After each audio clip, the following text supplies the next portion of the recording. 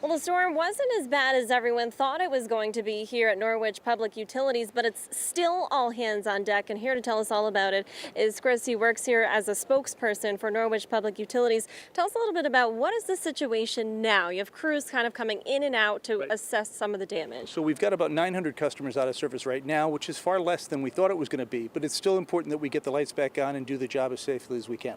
And what were you preparing for? What was the preparation like over these last 48 hours? We were preparing for the absolute worst. All the forecasts indicated that we'd have a very strong tropical storm, if not a hurricane. So that to us means 12 to 14,000 customers out of service.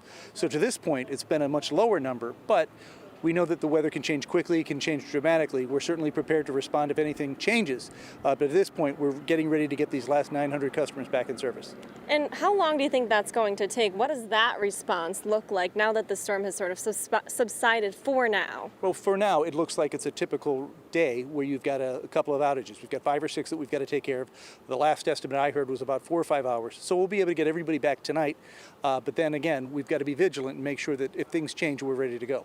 And did you guys bring in any outside resources here, or was it all like local? Well, we were preparing to do that. We made some preliminary inquiries to see if we could get mutual aid. As it turned out, luckily, we didn't need it. But again, we're keeping the lines of communications open, and we're ready to ask for help if we need it. What would your best advice be, to customers right now who might be waiting for the power to come back on? Well, we always say 2 things: patience and safety. Safety first of all. If there's a downed wire, you've got to assume it's energized at a potentially lethal hazard.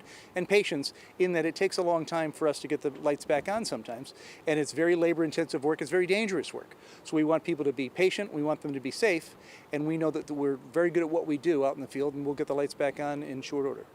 And what would you say to folks at home who might say, it was overplayed? It's better to be safe than sorry, right? Right. You always prepare for the worst and you hope for the best. And at this point, knock on wood, it looks as though we've had the best possible scenario.